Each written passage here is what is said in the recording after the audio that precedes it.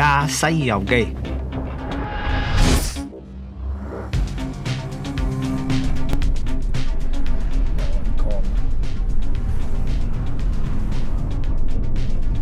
我哋由沙車出發，去塔澤庫爾干塔吉克自治縣，要穿越310公里嘅塔沙古道。當玄奘法師由印度東歸，就係沿住呢片神奇嘅山谷一路向前，嚟到今日嘅沙車縣。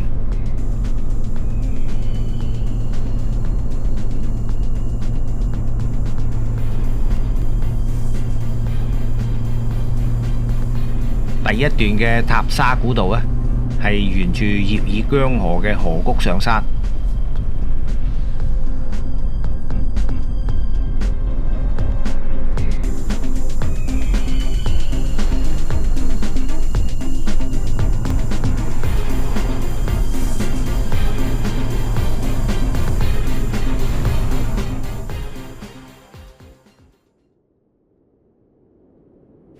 穿過隧道之後，去到阿爾塔扎地質公園。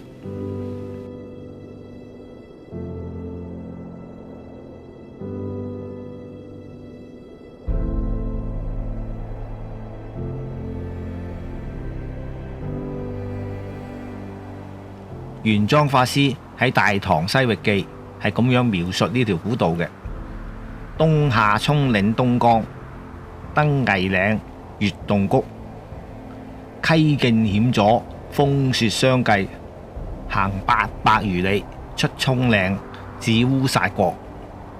蔥嶺即係帕米爾高原，烏薩國就係今日嘅沙車。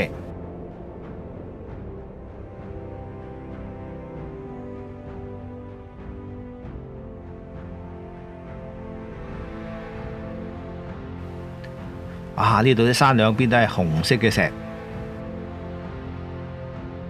去塔沙古道呢條路呢，好多奇奇怪怪嘅昆崙山嘅石啊！有啲石幾得意，有個窿嘅呢度。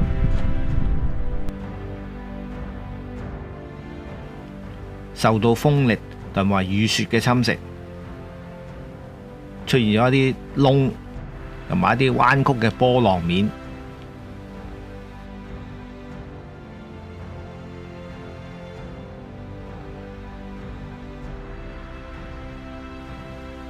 呢條泥路通去旁邊嘅河谷。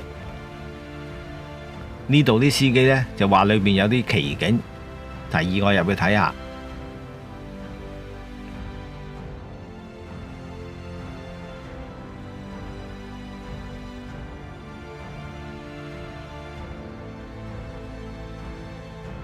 咁呢度有啲奇景嘅，山上咧有啲瀑布，嗰啲咧唔係雪嚟嘅，咁啊一路前面都有嘅，好靚嘅。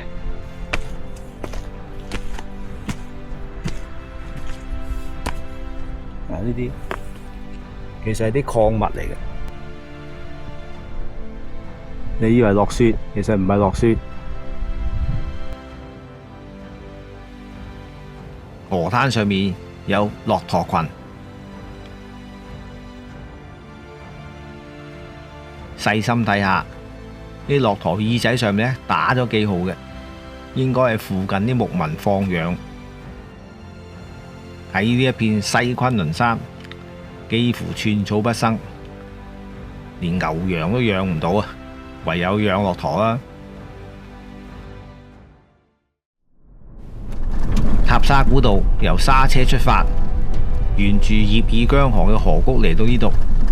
因為呢度起水力發電嘅工程，部分老塔沙古道都將會永遠沉喺葉爾羌河水裏邊。而家新起嘅公路改道穿過深切嘅峽谷，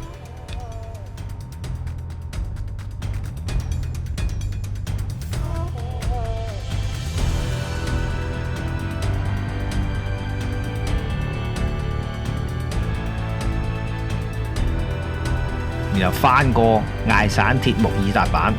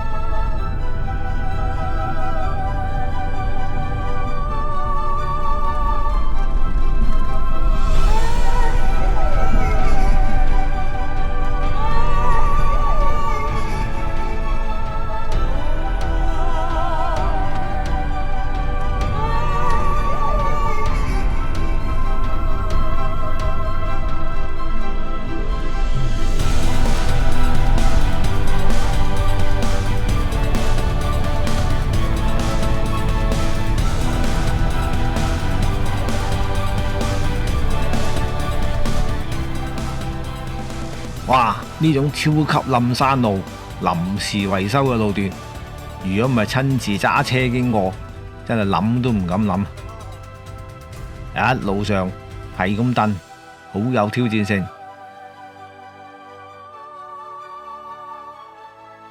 最狹窄嗰度呢，僅夠一架車過嘅啫。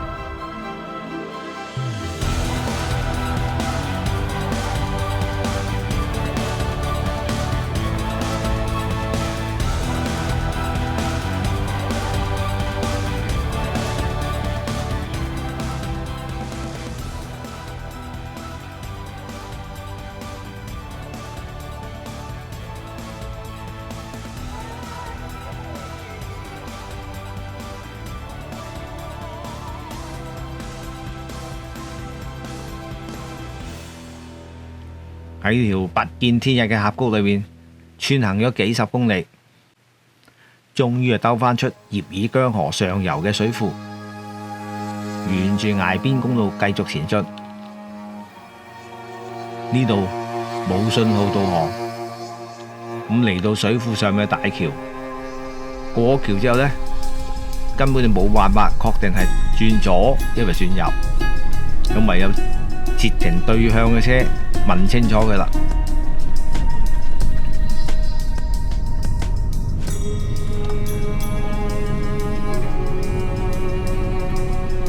前面有啲民警截停晒啲車，佢要求所有司機停車休息10分鐘先再開車，防止疲勞駕駛。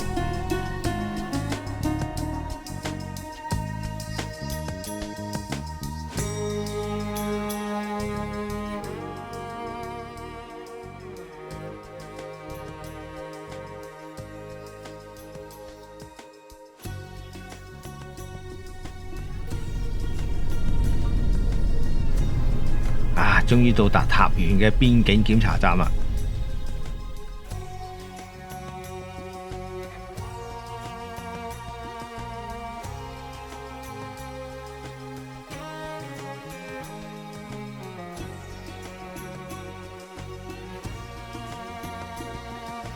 因為塔澤庫爾干塔吉克自治縣係邊境地區，係需要檢查身份證同埋邊防證嘅。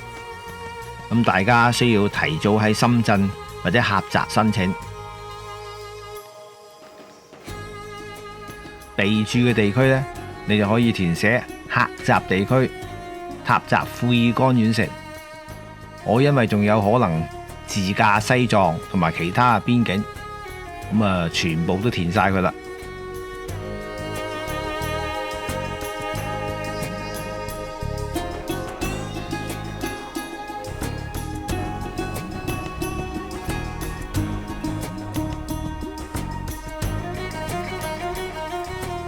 左轉係大同鄉杏花村，直行呢就係去塔縣啦。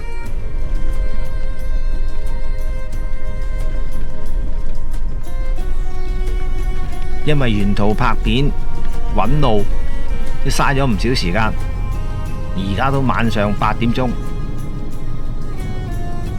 仲有70幾公里嘅山路先至去到塔縣嘅市區。